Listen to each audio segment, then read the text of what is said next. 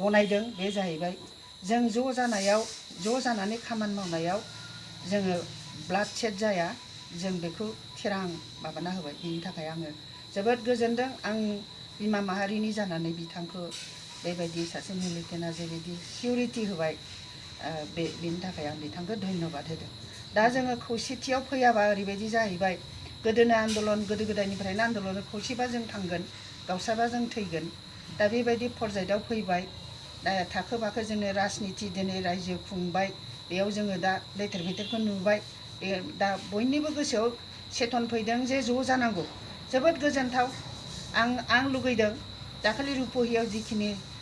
बिथांमोना जिखिनि सिकिउरिटि होनानै रायलायबाय जोबोद गोजोनथाव आरो बेनो जारिमिनारि जाथों गोदोनि दिना फैनाय बायदि आं मोनदों आरो नै दाखालि बावै आरोबाव जोंखौ शिब सारा जोंनि आफादगिरिया मानसिफोरनि गेजेराव बिबिरिबां भाबिनोबो हागौ ओरै होननानै गासैबो हिन्जाव अमेन बिपिएफनि सिगाङाव जिबायदि खोथाखौ बुंबाय आसलते आं बेखौ फुरायै बुंजोबला गोथौ राजनितिनि खोथा बिथाङा गासिबो बुजायजोबदों ओमफ्राय दिनै मा रायलायदों मा खालामनो नागिरदों बेफोरखौबो बुंजोबदों नाथाय बिथांनि जिथु जोंनो मेसेज होनाय बै मेसेज होनाया बिथांनि बिचक्षण बुद्धिनि परिचय होदों आरो हत' कौटि कौटि आङो धन्यबाद आंनि बिमा माहारिनिफ्राय आंनि गोरबोनिफ्राय आशीर्बाद जाहाथे जोंनि साननाय बायदि जाहाथे जाफुंथों आरो बयबो खौसेथियाव फैनांगौ आरो फंसे खोथा जे जोङो दादि गावबागाव सोरबा इउपिपिएल सोरबा एबसुआथ' राजनिति जानो हाया मालाबाबो एबसुनि फाउन्डार कर्मिया आंबो सानसे समाव आं डिपुटि स्पिकार हिसाबै सेन्ट्रेलावबो आं बाहागो लाबोदों आरो बेनिफ्राय डिस्ट्रिक्टखौ आङो थाखो बाखो जोंनि बरपेटा जिल्ला एबसुखौ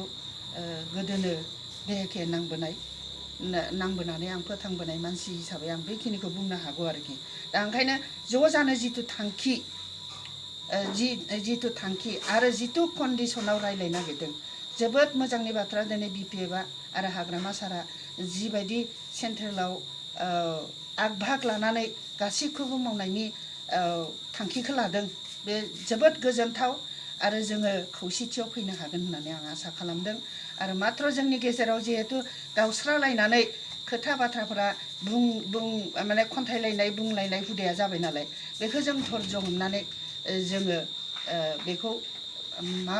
माबारैनो जों बुजा बुजि जाथों होननानै जोङो लोगो हमलायनानै रायलायोबा खौसेथियाव फैगोन होननानै आं सानो दा जितु लकसभानि सासे एमपि हिरा सर'नियाया बिटिसि हालामखौ दखल खालामगोन होनदों बिनि सोमोन्दै नोंथाङा मा बुंगोन बेनि सोमोन्दै जोंनि रायजो राजा भटार्सआ जोंथ' गासैखौबो बिपिएफ हान्जानि होननानै बयखौबो गनायनानै जोङो माने बिपिएफ हान्जाया हाग्रामा सारा दिनै जथेस्थ' बेनिफिटखौ होदों नाथाय बिनि गेजेराव जोंनि गेजेराव दला दलिया नुजादों बेयावनो जोङो थाखो जोङो फेलार जाबाय हिरा हरनिया आगोलबो गिदिङाबासिनो देरहालांबाय हरबस्र भट लानानै एबारबो जोंखौ बेबायदिनो खालामबाय एबारथ' स्पस्ट नुबाय जे जोंनि गेजेराव गावस्रानायनि थाखायसो जोङो बेबायदि जेनबाय आरो जोङो आगोमा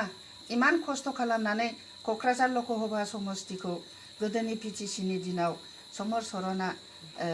5 नं क'क्राझार लकसभा समस्तिखौ बानायलांदों नाथाय बिनि माबाया बहा थागोन आरो बाराबा जों जुदि खौसे जानो हायाबा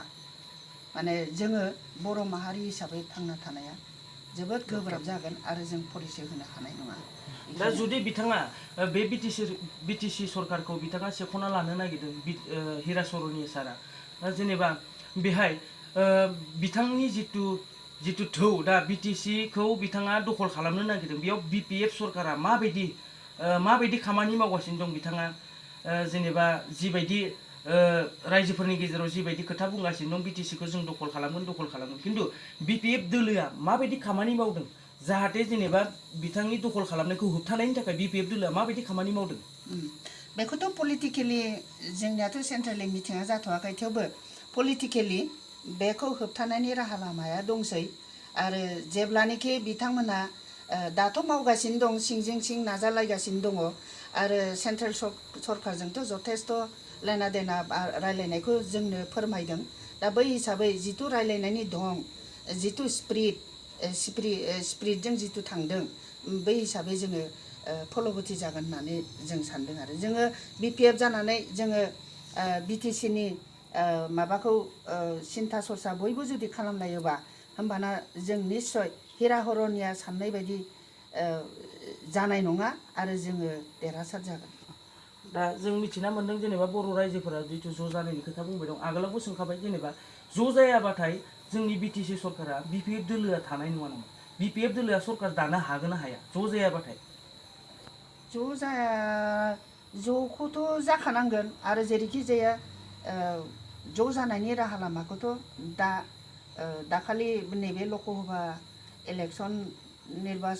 इलेक्सननि उनाव जिथु रिजाल्ट मोनबाय बिनि उनावनो साखाफारा जानानै देहेखे नांगासिनो दं लिडारफ्रा अपर लेभेलाव दा बै हिसाबै जोङो अन्तत फैगौ BTC